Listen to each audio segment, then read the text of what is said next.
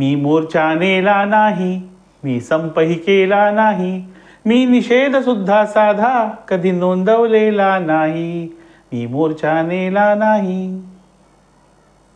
मंडळी, काय ओळखलत ना? बरोबर, संदीप खरे आणि सलील कुलकर्णी यांच्या जोडीने अजरामर केलेलं हे गीत. बरोबर, पण हे कोणत्या वृत्तात आहे ते आपण शिकणार आहोत. तर या वृत्त शिकण्याच्या आपल्या अभ्यास वर्गाच्या या व्हिडिओमध्ये आपले ऋतू आहे म्हणताचं या चॅनलवर आपले सहर्ष स्वागत आहे. तर मंडळी, आज आपण जे शिकणार वृत्त ते वृत्त आहे उद्धव. हे मात्रावृत्त आहे. पण आतापर्यंत आपण जे मात्रावृत्त शिकलो त्यामध्ये काही आवर्तनं होती. यात थोडासा वेगळेपणा आहे आणि छान वेगळी गोडी पण आहे. बरोबर, तर त्याची रचना कशी आहे ती आधी आपण पाहूया. तर हे मात्रावृत्त आहे. याच्या मात्रा कशा आहेत? 2 अधिक 8 अधिक 2 अधिक 2 म्हणजे एकूण किती झाल्या? 8 आणि 6 14 मात्रा. पण याचा यती जो आहे तो पण याचप्रमाणे आहे. म्हणजे 2 अधिक 8 अधिक 4 म्हणजे दुसऱ्या 10व्या आणि 14व्या मात्रेवर. इथे मात्रेचा विचार करायचा, मात्रांचा विचार करायचा आहे, अक्षरांचा नाही. कारण हे काय आहे? मात्रावृत्त. अक्षरसंख्या महत्त्वाची नाही, गण महत्त्वाचे नाहीत, पण मात्रा मात्र महत्त्वाच्या आहेत. आणि इथे थोडंसं काय आहे, त्याला अधिकचं बंधन आहे. ते म्हणजे काय?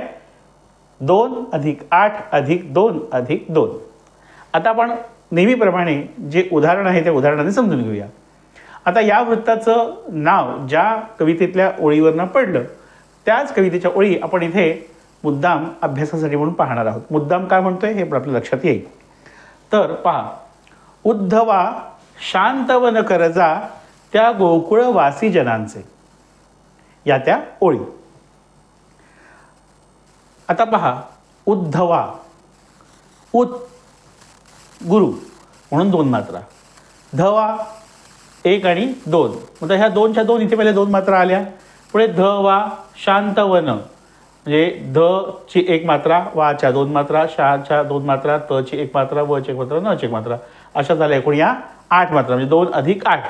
करजा 2 म्हणजे 1 1 आणि 2 अशा म्हणून झाल्या 1 1 2 एकूण 4 मात्रा म्हणजे 2 अधिक 2. त्या गोकुळवासी जनांचे, त्याच्या 2 मात्रा, गोकुळवासी गो 2 मात्रा, कु 1 मात्रा, ळ 1 मात्रा, वाच्या 2 मात्रा, सी ह्रस्व घेतला आहे मुद्दाम, त्याला सूट म्हणतो आपण.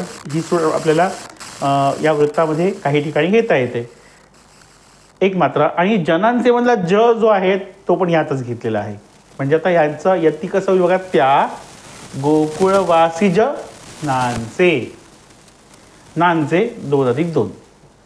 आता यामध्ये म्हणजे लक्षात आलं का, एक गोष्ट लक्षात आली का, की पहिल्या 2 मात्रा आहेत याचा अर्थ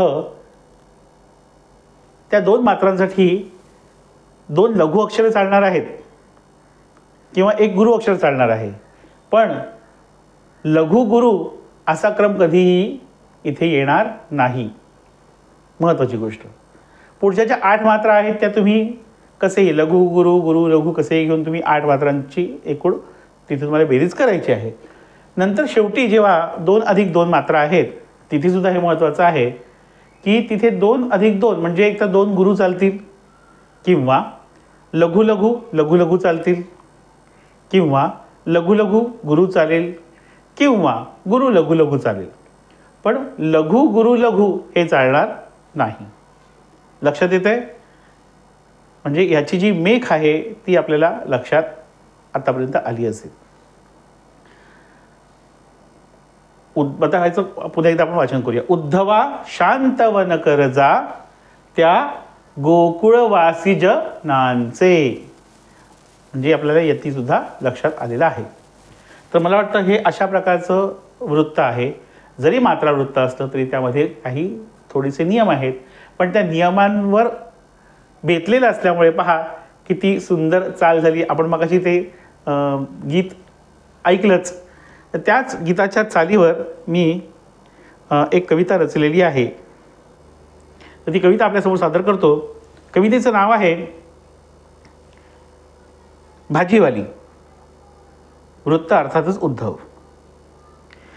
ती घेऊन येता भाजी भरलेली ताजी ताजी, मी मनात नसता राजी, पण डाळ शिजेना माझी, ती घेऊन येता भाजी. ती दावी वांगी कोबी, मग बळेच मेथी कोंबी. ती दावी वांगी कोबी, मग बळेच मेथी कोंबी. ना नकोच म्हणता थांबी, घ्या पडवळ मोजूनी लांबी. ती घेऊन येता भाजी, भरलेली ताजी ताजी. तो कंद आणि तरकारी, ती गळ्यात माझ्या मारी. तो कंद आणि तरकारी, ती गळ्यात माझ्या मारी. मज ग्राहक करुनी भारी, मी मोजत पै पै सारी. मज ग्राहक करुनी भारी, मी मोजत पै पै सारी. घर येता जड हो पिशवी, कर दुखती खांदे हलवी. घर येता जड हो पिशवी, कर दुखती खांदे हलवी. सौ नाक मानती वळवी, सौ नाक मानती वळवी. धड एक कामना म्हणवी, धड एक कामना म्हणवी. ती घेऊन येता भाजी, भरलेली ताजी ताजी. मग एक मास हो पुरता, दिसरात्री वांगे भरता. मग एक मास हो पुरता, दिसरात्री वांगे भरता. ती फोडी रस्सा करता, मज निमूट खाणे प्राप्ता. ती फोडी रस्सा करता, मज निमूट खाणे प्राप्ता. त्या आठवणीने अजुनी, मी जातो रस्ता टळुनी. त्या आठवणीने अजुनी, मी जातो रस्ता टळुनी.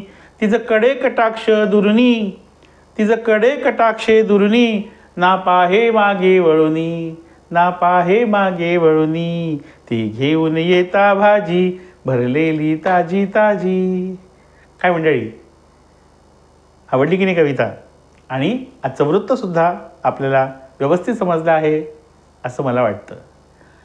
आपले काही प्रश्न असतील, काही शंका असतील तर कमेंट्सवर जरूर विचारा.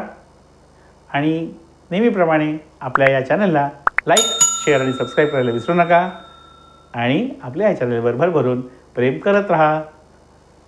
धन्यवाद.